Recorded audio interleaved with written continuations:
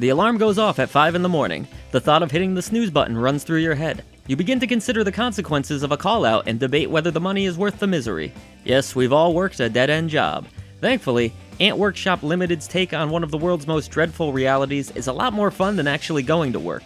Published by Head Up and carrying an art style and sense of humor reminiscent of a Ren and Stimpy cartoon, Dead End Job offers something old and something new for asymmetrical shooter fans. You'll play as an exterminator who has a dead partner that needs their soul saved. This partner can actually be controlled by a second player through the game's procedurally generated levels broken up into districts. At its heart, Dead End Job plays like a twin-stick shooter fused together with gameplay elements of a Ghostbusters or Luigi's Mansion game. You'll need to stun enemy ghosts with plasma shots, all while trying not to overheat your gun, then suck them up into your vacuum, which will earn you cash.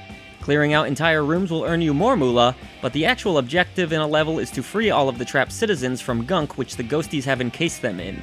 Once you have freed them, you can make a run for the exit or stick around and try to clear out the remaining rooms in an effort to earn even more money.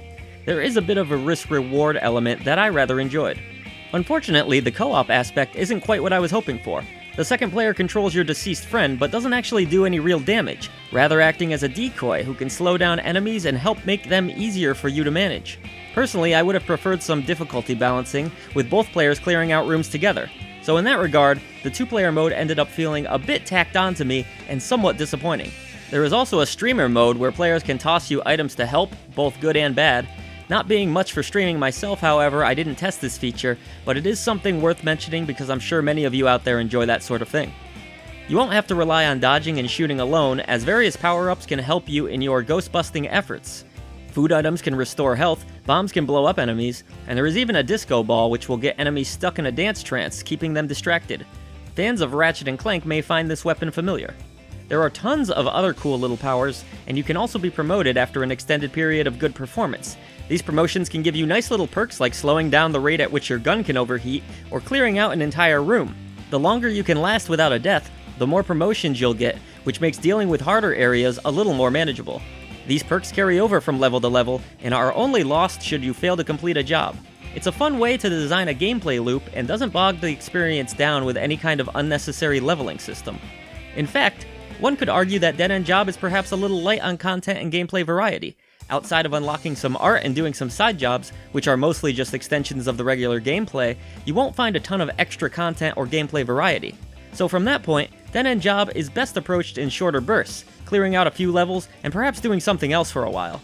I found that playing the game in that manner helped me to avoid getting burned out, while still enticing me to dip in again later, getting sucked back into the game's nostalgic cartoon art aesthetic, something that never gets old.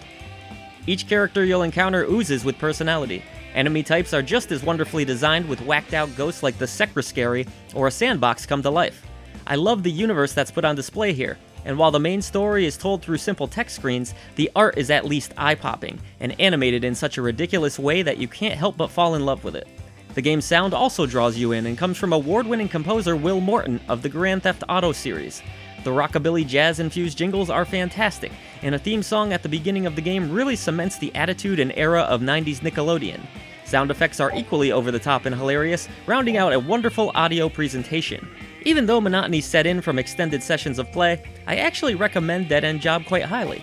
There aren't many games that have its unique art style. The ghost-busting plasma zapping grind through districts is enjoyable in low dosages, but it's the universe put on display that kept me coming back for more.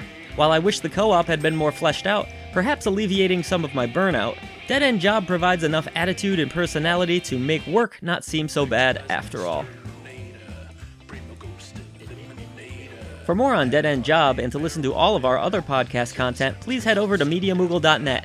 And if you like our video content, please do hit that subscribe button below.